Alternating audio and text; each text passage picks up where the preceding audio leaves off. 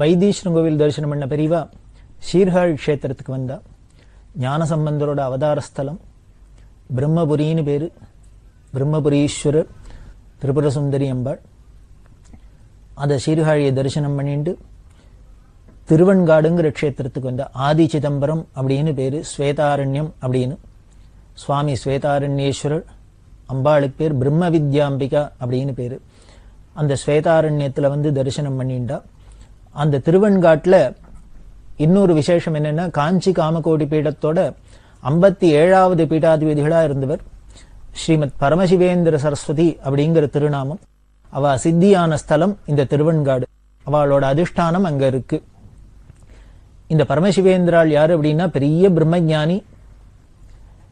இவரோட பெருமைக்கு சான்றா என்னன்னா, இவரோட சிஷ்யர் யாருன்னு பார்த்தாலே இந்த பரமசிவேந்திராளோட பெருமை தெரியும். இந்த பரமசிவேந்திராளோட சிஷ்யர் தான் உலகத்துல பிரசித்தமா இருக்கிற பிரம்மஞானியான சதாசிவ பிரம்மேந்திராளோட குரு, ஞான குரு. சதாசிவ பிரம்மேந்திராள் எப்பேற்பட்ட பிரம்மஞானி அப்படிங்கிறது தெரியும். இந்த சதாசிவ பிரம்மேந்திராள் இந்த பரமசிவேந்திராளோட கைங்கரியம் பண்ணிட்டு இந்த திருவன்காட்டிலேயே பல நாட்கள் இருந்ததா சொல்லப்படுறது. சதாசிவ பிரம்மேந்திராள் திருவிசநல்லூர் அப்படிங்கிற இடம், அங்க அந்த ஊரை சேர்ந்தவர். வேதசாஸ்திர திருவிசநல்லூர் அப்படிங்கிறது வேதசாஸ்திர பண்டித ஆளுக்கெல்லாம் ரொம்ப பெரிய ராஜதானியா இருந்தது. அதுபடி இவரும் சாஸ்திரங்கள்லாம் வாசிச்சிருந்தார். இந்த பிரம்மேந்திராள் அப்படின்னு பின்னால சொல்லக்கூடிய சிவராமகிருஷ்ணன் அப்படிங்கிறது சதாசிவ பிரம்மேந்திராவோட பூர்வாசிரம நாமம். ஞான விசாரம் பண்றதுக்காக, ஞான நூல்கள்லாம் தெரிஞ்சுக்கிறதுக்காக பரமசிவேந்திராள்கிட்ட இருந்தார். பல வித்வான்கள்லாம் இந்த பரமசிவேந்திராள்கிட்ட தங்களோட சந்தேகத்தெல்லாம் தீர்த்துப்பா வாழ்க்கை ஞானத்தை அடைஞ்சிருந்தா. அப்படி பல வித்வான்கள்லாம் வரத்தே இந்த சிவராமகிருஷ்ணன்கிற பிரம்மேந்திராள் என்ன பண்ண, எல்லாத்தையும் வாதத்துக்கு போவர். இந்த படிச்சவாளுக்கு ஒரு குணம் வரும். என்ன அப்படின்னா, தாங்க படிச்ச வித்திய அடுத்த வாழ்க்கெல்லாம் அந்த பிரகடனப்படுத்தணும், தெரிஞ்சுக்கணும், அவளுக்கு காமிக்கணும் அப்படிங்கிறதுல. அத மாதிரி இவர் வரவாழ்க்கெல்லாம் ஒரு வாதத்துக்கு போவர். இவர் ரொம்ப மகா கெட்டிக்காரர் இருந்ததுனால அநேகமா இவர் தான் எல்லா வாதத்திலையும் ஜெயிப்பர். இப்படியே பண்ணியிருந்தார். இந்த வந்த வித்வான்களுக்கெல்லாம் பல பேருக்கு இது ஒரு சிரமமா இருந்தது. அதனால என்ன பண்ணா, சில வித்வான்கள்லாம் போய் குருவான பரமசிவேந்திராள்கிட்ட போய் சொன்னா, உங்க சிஷ்யர் ஏன் இப்படி இருக்கிற, வரவாழ்கிட்டெல்லாம் வாதத்துக்கு இழுக்கிறார், நாம ஒன்றும் வாதத்துக்கு போகலைன்னா கூட அவர் வலியை இழுக்கிறார், அதனால நீங்க அவர் கொஞ்சம் உபதேசம் பண்ணணும், அவருக்கு கொஞ்சம் சொல்லணும் அப்படின்னு.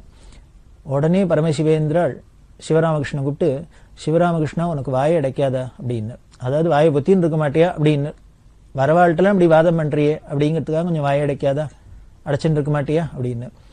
இதுதான் குரு சொன்னார் பரமேஸ்வரேந்திராள்.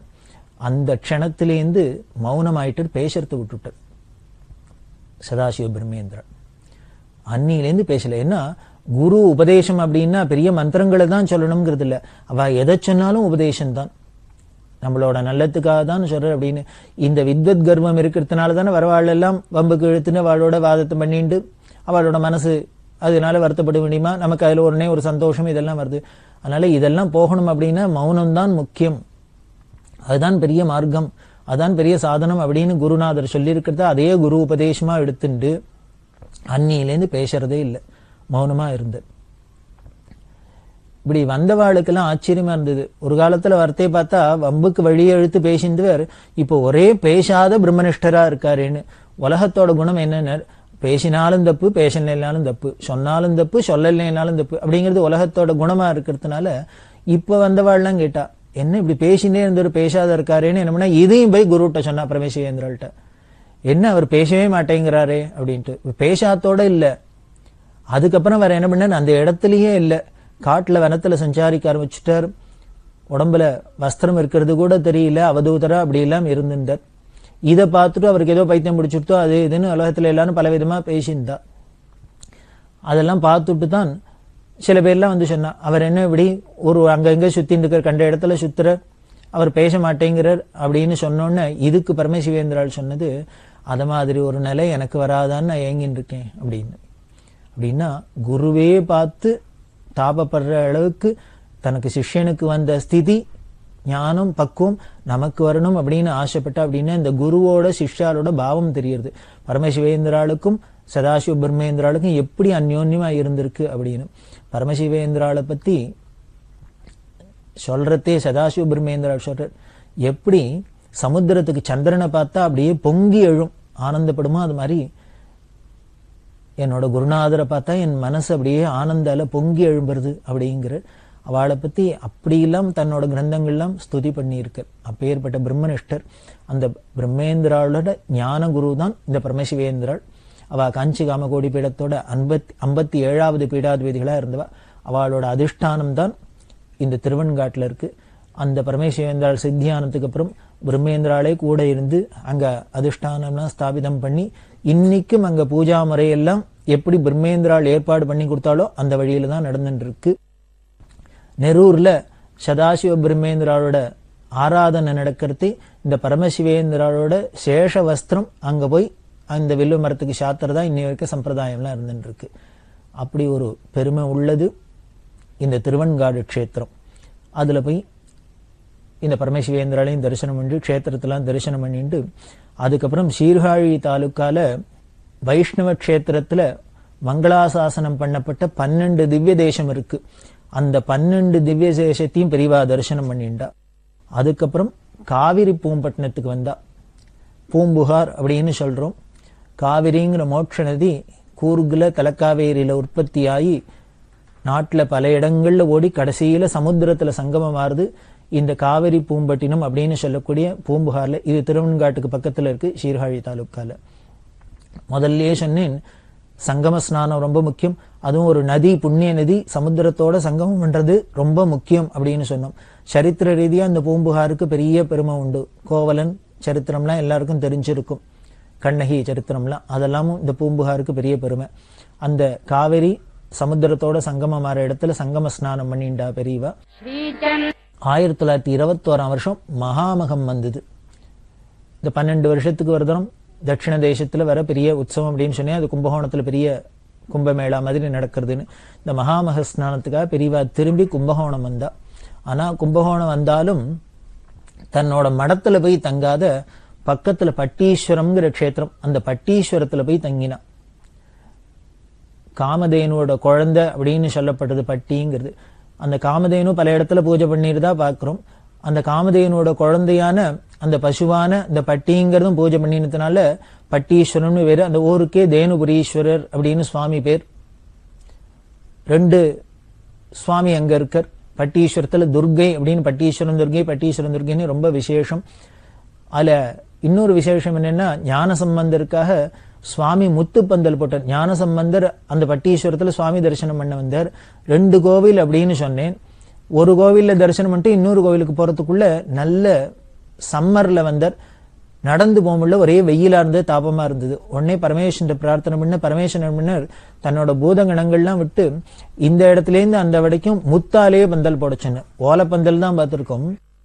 ஞான சம்பந்தருக்காக பரமேஸ்வரன் முத்து பந்தல் போட சொன்னது. இப்பவும் அந்த முத்து பந்தல் உற்சவம் நடந்துருக்கு. அந்த பட்டீஸ்வரத்துல பெரியவா தங்கிந்தா. ஏன் கும்பகோணம் சங்கர மடத்துல தங்காத பட்டீஸ்வரத்துல தங்கினா அப்படின்னா, பெரியவா சங்கல்பம் பண்ணிட்டு கிளம்பியிருக்காளோ இல்லையோ 2 வருஷத்துக்கு முன்னால காசி யாத்திரை பண்றேன் அப்படின்னு. அதனால இந்த காசி யாத்திரை பூர்த்தி ஆற வரைக்கும் தன்னோட இடத்துக்குள்ள தன் வீட்டுக்குள்ள நுழையிறது இல்ல, தன்னோட யதாஸ்தானத்துக்குள்ள நுழையிறது இல்ல அப்படின்னு சங்கல்பம் பண்ணக்கூடாதுன்னு இருக்கு. அதனாலதான் பெரியவா பட்டீஸ்வரத்தில் தங்கிந்தா. அதுதான் சத்திய சங்கல்பன் அப்படின்னு பேரு. ராமாயணத்துல பார்த்தீங்கன்னா ராமர் என்ன பண்ணார், 14 வருஷம் வனவாசம் பண்றேன் அப்படின்னு அப்பாவுக்கு வாக்கு கொடுத்துட்டு காட்டுல இருக்கிறதா வந்ததுனால கிஷ்கிந்தேங்கிற நகரத்துக்குள்ள போகல, லங்கேல நகரத்துக்குள்ள போகல. ஏன்னா அப்பாட்ட என்ன சொல்லியிருக்க, 14 வருஷம் பூர்த்தியாகிற வரைக்கும் காட்டுல இருப்பேன்னு தான் சொல்லியிருக்க. அதனால நாட்டுக்குள்ள போகக்கூடாது, ஊருக்குள்ள போகக்கூடாது அப்படின்னு வெளியிலேயே இருந்தாப்புல. அதுதான் சத்திய சங்கல்பம் அப்படின்னு. சத்திய சந்தன் அப்படின்னா என்னன்னு, அடுத்த வாளுக்காக இல்ல, ஒருத்தருக்கு ஒரு வாக்கு கொடுத்துட்டோன்னா அடுத்தவா பாக்குறவளோ பார்க்கலையோ எப்படியா இருந்தாலும் அதுல இருந்து நழுவாத இருக்கிறது. அந்த ராமரோட மறு அவதாரம் தான் பெரியவாளும். அதே மாதிரிதான் வாக்குப்படிதான் நடந்துப்பா, சங்கல்பப்படிதான் நடந்திருப்பா. அப்படிதான் நடந்துட்டு இங்க மகாமகத்துக்கு ஸ்நானத்துக்கு வந்தாலும் மடத்துக்குள்ள போகாத பட்டீஸ்வரத்துல தங்கி இருந்தா. பட்டீஸ்வரத்துல தங்கி மகாமக ஸ்நானம் எல்லாம் பண்ண. மகாமகத்துல ஒரு பெரிய தடாகம் இருக்கு, மகாமக குளம் அப்படின்னு கும்பகோணத்துல. பெரிய புண்ணிய நதி, புண்ணிய தடாகம். பொதுவாவே கோவில் குளம்ல அந்த நடுப்புற ஒரு நீராழி மண்டபம் அப்படின்னு ஒண்ணு இருக்கும். அது ரொம்ப அழகா இருக்கும். அந்த குளத்தோடுக்கு இன்னும் பெரிய சோபையை கொடுக்கும். ஆனா இவ்வளவு புண்ணிய தீர்த்தமான இந்த மகாமக குளத்துல நடுப்புற ஒரு நீராழி மண்டபம் இல்லாது பெரியவாளுக்கு ஒரு பெரிய குறையா தெரிஞ்சுது. அதனால என்ன பண்ணார், தேசபக்தர் தண்ணீருக்குன்ன ராமபத்ர உடையார் அப்படிங்கிற பக்தர், அவரும் பெரியவா பக்தர். அவர் பெரியவாள்கிட்ட வந்திருக்கிறதே பெரியவா சொன்னா, இப்ப ஏற்பட்ட புண்ணிய தடாகத்துல நடுப்புற ஒரு நீராழி மண்டபம் இல்லாத இருக்கிறது ஏதோ வெறிச்சுன்னு இருக்குன்னால, அதனால அது ஒரு நீராழி மண்டபம் கட்டினா தேவையில்ல, நீங்க அதுக்கு ஏற்பாடு பண்ணி இதை கட்டணும் அப்படின்னு உடையார்ட்ட சொல்லி பெரியவா மடத்திலேருந்து 500 ரூபாய் டொனேஷனையும் கொடுத்து அதை ஆரம்பிச்சு வச்சா. ஆனா அந்த உடையாரோட முயற்சினால இப்ப போனீங்கன்னா நடுப்புற ஒரு மேடை மாதிரி இருக்கு, அதுல ஒரு லைட் போஸ்ட் வச்சிருக்கா, அவ்வளவுதான் முடிஞ்சதே வழிய அதுக்கு மண்டபமா இன்னும் வரல. அது என்னைக்கு வரப்போறதோ தெரியல. அது அவசியம் வரணும். பெரியவா ஆசைப்பட்டது 1921ஆம் வருஷம் இந்த மகாமக குளத்துக்கு நடுப்புற அழகான நீராழி மண்டபம் வரணும் அப்படின்னு. அது பெரியவாளோட அனுகிரகத்தினால அதை நிறைவேற்றுறதுக்கு எந்த புண்ணியசாலிகளுக்கு பாக்கியம் இருக்கோ அது நடக்கணும். அப்படி மகாமக ஸ்நானம் பண்ணிட்டு பட்டீஸ்வரத்துல இருக்கிறதே அந்த மகாமகத்துல ஆச்சரியமான ஒரு நிகழ்ச்சி நடந்தது. மெட்ராஸ்ல உள்ள முஸ்லீம் இளைஞர் சங்கத்தை சேர்ந்தவா ஒரு 200 பேருக்கு மேல வாலண்டியர்ஸ் வந்து அந்த மகாமகத்துல சர்வீஸ் பண்ணினா. ரொம்ப அசாத்தியமா பண்ணினா. அத்தனை லட்சக்கணக்கான ஜனங்கள் வரதுனால அந்த கூட்டத்தெல்லாம் ரெகுலேட் பண்ணி வருது. அவளுக்கு ஏதோ வயசானவா வருவா, வியாதிஸ்தெல்லாம் வர, யாருக்கெல்லாம் என்னென்ன ஒத்தாசை வேணுமோ எல்லாத்தையும் பண்ணி இந்த மெட்ராஸ்லேருந்து போன முஸ்லீம் இளைஞர் சங்கம் பண்ணிட்டு இவ அத்தனை பேரையும் பார்த்தோன்னே பெரியவாளுக்கு ஆச்சரியமா இருந்தது. நாம ஏதோ மதத்தினால சண்டை அப்படின்னு தான் நினைச்சுட்டு இருக்கோம். ஆனா நிஜமாவே நமக்கு நம்ம மதத்து மேல ஒரு அபிமானம் இருந்து அந்த மதத்துல சொன்ன கொள்கைப்படி நடந்தோம்னா நிச்சயம் சண்டையே வராது, நமக்குள்ள அன்புதான் வளரும் அப்படிங்கிறதுக்கு சாட்சியா இருந்தாப்புல ஒரு இந்துக்களோட கும்பமேளால ஒரு பெரிய உற்சவத்துல இஸ்லாமியர்கள்லாம் வந்து வாலண்டியர்ஸா வந்து சர்வீஸ் பண்ணின்னு பெரியவாளுக்கு ரொம்ப மனசுக்கு பிரியமா இருந்தது. அதனால என்ன பண்ணா அத்தனை பேரையும் தன்னோட ஸ்ரீமடம் கேம்புக்கு பட்டீஸ்வரத்துக்கு அழைச்சா. பட்டீஸ்வரத்துக்கு அத்தனை பேரையும் அழைச்சு அத்தனை பேரையும் ஒவ்வொருத்தரோடையும் பேசி என்ன படிச்சுன்னு கேளு, உங்க குடும்ப பின்னணி என்ன, உங்க வருமானம்லாம் என்ன, அப்படிலாம் எல்லாம் அவளுக்கு உண்டான க்ஷேம லாபங்கள்லாம் விசாரிச்சு அத்தனை பேருக்கும் ஒவ்வொருத்தருக்கும் தனியா அனுகிரகம் பண்ணி அத்தனை பேருக்கும் அறுசுவை உணவு அன்னைக்கு மடத்துல தயார் பண்ண சொல்லி அத்தனை பேருக்கும் சாப்பாடு போட்டு இது எல்லாத்துக்கும் மேல அவளோட சங்கத்துக்கு இந்த சேவையை பாராட்டி ஒரு பெரிய வெள்ளி கப்பு பிரைஸ் கொடுத்தா. அதே மாதிரி அந்த மகாமகத்துல காங்கிரஸ் தலைவர் பந்துலு ஐயர் அப்படின்னு அவரோட தலைமையிலையும் பல தொண்டர்கள் வந்து சர்வீஸ் பண்ணினா. அவளுக்கெல்லாமும் கூப்பிட்டு பெரியவா உபச்சாரம் பண்ணி அவளுக்கும் ஒரு கப்பெல்லாம் பிரைஸ் கொடுத்தா. பெரியவாள்கிட்ட ஒரு விசேஷம் என்ன அப்படின்னா, ஒரு ஊருக்கு போனோம், ஒரு கோவிலுக்கு போனோம், ஒரு க்ஷேத்திரத்துக்கு போனோம், ஏதோ ஒரு நதியில ஸ்நானம் பண்ணோம், சுவாமி தரிசனம் பண்ணினோம், நம்ம வேலையை பார்த்தோம், போனோம் வந்தோம் அப்படின்லாம் இருக்க மாட்டா. அப்படியே சுத்தீவிர பார்த்து பார்த்து பார்த்து பார்த்து பார்த்து எங்கெங்க என்னென்ன நல்லது இருக்கு, எங்கெங்க என்னென்ன நல்லது இருக்கு, அதை எதெல்லாம் எடுத்து காமிக்கணும் உலகத்துக்கு, அதை அப்ரிஷியேட் பண்ணணும், எங்கெங்க என்னென்ன குறை இருக்கு, அதை எப்படி களையணும் அப்படிங்கிறதுலயே இருப்பா. இவ யாத்திரை பண்ணினது 21 வருஷம் 40 வருஷம் 50 வருஷம்லாம் வருஷக்கணக்கா யாத்திரை பண்றான்னா இதெல்லாம் தான். நம்மள மாதிரி சாமானிய மனுஷாளுக்கும் பெரியவாளோட யாத்திரைக்கும் இதான் வித்தியாசம். நாமெல்லாம் ஏதோ ஒரே கொக்குக்கு ஒன்னே மதின்னு போறோம், போற காரியத்தை முடிச்சுன்னு உடனே ஓடி வந்துடும். பெரியவா அப்படி இல்லை. இப்படி எதெல்லாம் எங்கெங்கெல்லாம் சுத்தீவரம் இருக்கோ அத்தனையும் பார்த்து பார்த்து பண்ணிருந்தா. அப்ப பட்டீஸ்வரத்துல பெரியவா இருக்கிறதே தான் பழுத்த தேசபக்தர் சுப்பிரமணிய சிவா அப்படிங்கிற பக்தர். அவர் பெரியவா தரிசனத்துக்கான வந்தார். வயசானவர், உடம்புல ரொம்ப பெரிய நோய் இருந்தது. இந்த நோயும் பொருட்படுத்தாத, தன்னோட வயசையும் பொருட்படுத்தாத பெரியவாளை அவசியம் தரிசனம் பண்ணும் அப்படிங்கிறதுக்காக வந்து ஏதோ வரிசையில ஓரமா நின்றுந்தார். பல பேர், பல ஜனங்கள், ஆயிரக்கணக்கான ஜனங்கள் தரிசனத்துக்கு வந்திருக்கிறதே ஒரு ஓரமா நின்றுந்தார். அவருக்கு முண்டி அடிச்சுன்னு அந்த கியூ எல்லாம் வந்து தரிசனம் பண்றதுக்கு பழக்கம் இல்லை போல இருக்கு. அவர் ஓரமா நின்றார். பெரியவா அதை கவனிச்சுட்டா. உடனே ஒரு தன்னோட தொண்டரை கூப்பிட்டு சிவாவை அழிச்சுன்னு வர சொல்லி அவருக்கு பக்கத்துல உட்காத்தி வச்சு தரிசனம் கொடுத்து அவரோட ரொம்ப நேரம் பேசிண்டு அவர் ஆனந்தப்படுத்தினார். அப்போ அவர் பிரார்த்தனை பண்ணினார், சீக்கிரம் நாட்டுக்கு விடுதலை கிடைக்கணும், ஜனங்கள் எல்லாரும் பக்தியோட இருக்கணும், அதுக்கு பெரியவா தான் அனுகிரகம் பண்ணணும், பெரியவாள மாதிரி ஞானிகள் தான் அதுக்கு வழி சொல்லணும், அவா தான் அனுகிரகம் பண்ணணும் அப்படின்னு பிரார்த்தனை பண்ண பெரியவா அனுகிரகம் பண்ணா.